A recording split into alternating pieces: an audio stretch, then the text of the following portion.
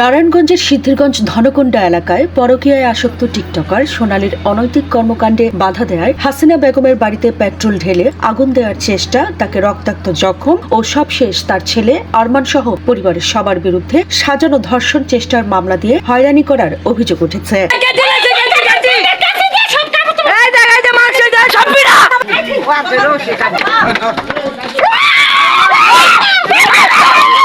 সোনালী আমার বাতিজি, আরো দুইটা বিয়ে হয়েছে, এরকম অনেক কীর্তিকলাপ আছে। এটা এলাকার মানুষের সবাই জানে। পরকীয়া আমাদের পাশের বাড়ির যারা ভাড়াটিয়া ওর লোকের সম্পর্ক, ছেলের নাম হচ্ছে সুয়েল। এরপরে কইলো মিনাইচুত করতে আমার মায়ের 11 তারিখে বকাবকি কইরা ওরা পাঠাই দিল পরে গেল গা। যাওয়ার পরে মোবাইলে কইতাছে যে ঠান্ডা মাথায় একটা কাজ কইরা দুম। 11 তারিখে পেট্রোল দিয়া আগুন দিল ঘরের পিছনে। আমরা ওই বাসায় ভাড়া থাকি। একটা অভিযোগ করে আইলাম, করে আনার পর ওই আবার আমগো নামে একটা অভিযোগ করে আইছে। 13 তারিখে আমগো থানার ডাকাইলো, আপনারা থানাতে আসেন, আসলে এটা বই আমরা মীমাংসা করে দিন। যেহেতু আপনার আত্মীয় আইয়া না আমার গালাগালি করতেছে, মানে ওই জন্য আমার বরকাটি কেটে লাইতেছে আর কেসিটা লইয়া ঘুরতেছে সিঁড়ির মধ্যে। পরে আমার পোলাই হেরা রাস্তার থেকে ভিডিও করতেছে। আমি না ভাবতে পারি নাই যে ওই গেলে যে আমার পাটটা দিব। লোকে শোয়াই ওই গালের মধ্যে পার কেসি দিয়া আর এই গালের মধ্যে। নিকটাত্মীয় ও গুরুজন হওয়ার সুবাদে পরকীয়া প্রেমিকের সাথে অনৈতিক সম্পর্কে বাধা দেয় আক্রোশের বশবর্তী হয়ে হাসিনা ও তার পরিবারের বিরুদ্ধে একের পর এক হামলা মামলা দিয়ে তাদের হয়রানি করে যাচ্ছে বলে এলাকাবাসী ও হামলার ঘটনার প্রত্যক্ষদর্শীদের দাবি। আমরা স্টানও দেখছি, তারা রক্ত তারপর মেডিকেল তারা পাঠিয়ে দিছি। আমরা এদিকে পড়ছি। আমি 3 বছর ধরে বাড়াত থাকি, এদিকের লোক কোনোদিন ওই বাড়িতে যায় না। আমি 24 ঘন্টা বাড়িতে থাকি। আরমান কখনো সোনালীর ডিস্টার্ব করছে আমি এই বিষয়টা কখনো আমি দেখিনি, কিন্তু আমি শুনিও নি। কারণটা হইল গিয়া প্রথম দিন আমাদের বাসায় আগুন দিছে সোনালী। হাসিনা আমাদের বাসায় 2 মাস ভাড়া থাকছিল। হ্যাঁ বাসায় কাম দছে, সেই জন্য হ্যাঁ আমাদের বাসায় আসছিল।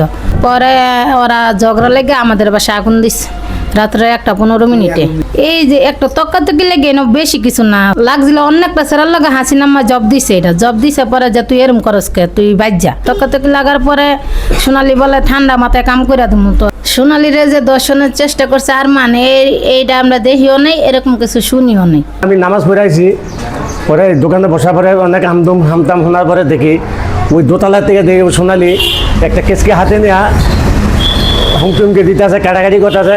পরে ভিতরে হামতাম হুন্না দেখা যায় ওই ছাদে ছিল। তো ঘটনাটা দেখার পরে আমরা গেছি গিয়ে দিই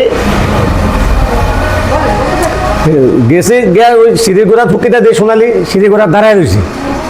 তো দাঁড়ায় রয়েছে পরে আইসা পড়ছি। পরে আবার হাসিনা পাইছে আসার পরে কাপড় সবে কাটালে এই দিয়ে ঝগড়া হইতেছে, কেন কাপড় দিয়ে ফেলাই দেয়। তো হাসিনা উঠতে গেছে, তুই আয় কইছে বলে উপরে গেছে। এবার চাকু দিয়ে নাকি ছুটিতে গাই দিয়েছে। হাম তো হুন্না গিয়ে দিয়ে কেসকি কালো দিয়ে গাই দেওয়ার পরে ওদিকে পড়ে গেছে। পড়ে যাওয়ার পরে টাইনা আনার পরে আবার দৌড়ে গেছে গিয়ে হাসিনা পারি জায়গায় গাই আর মাথায় গাই দিয়েছে। স্থানীয়দের মতে অভিযুক্ত সোনালী তার বাবাকেও লাঞ্ছিত করতে ছাড়েনি। সে অত্যধিক বেয়াদব এবং তার আচরণে কারো প্রতি শ্রদ্ধাবোধ নেই। এটা একবার মিথ্যা। ওই আরমান ওই বাসায় যায় না, ওই বাসায় কোনোদিনে যায় না। ওই মাইলার কোনো রিলেশন নেই। ওরা ওই মামলাটা ঢাকার জন্য পাল্টায় একটা মিথ্যা মামলা দিছে আর কি। দর্শন চেষ্টা হামলা করছে। কোনো ঘটনা সম্পূর্ণ মিথ্যা এবং বানোয়াট, এটা উদ্দেশ্য বর্ণিত। কিন্তু আমাদের সাক্ষী করছে আমি একজন অসুস্থ মানুষ। এবং এরকম কোনো ঘটনা তো ঘটে না এখানে।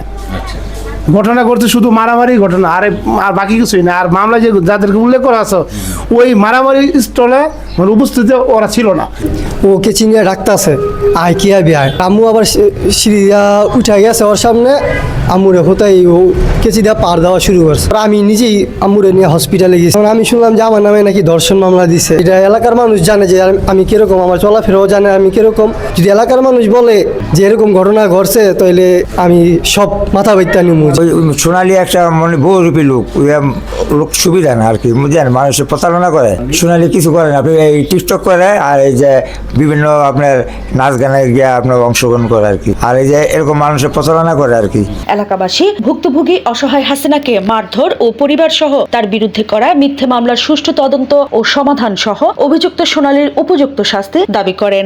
কাপড় রোদ দিছি, ঘটনা হয়েছে এই ছাদে আমার সিঁড়ির মধ্যে মারছে, মারার পরে কেসি দিয়ে পাড়াইছে, পরে আমার ছেলে আমাকে নিয়ে হাসপাতাল চলে গেছে আর দর্শনের চেষ্টা করছে যে ওই বিল্ডিংয়ে ওই যে ওই রুমে থাকে।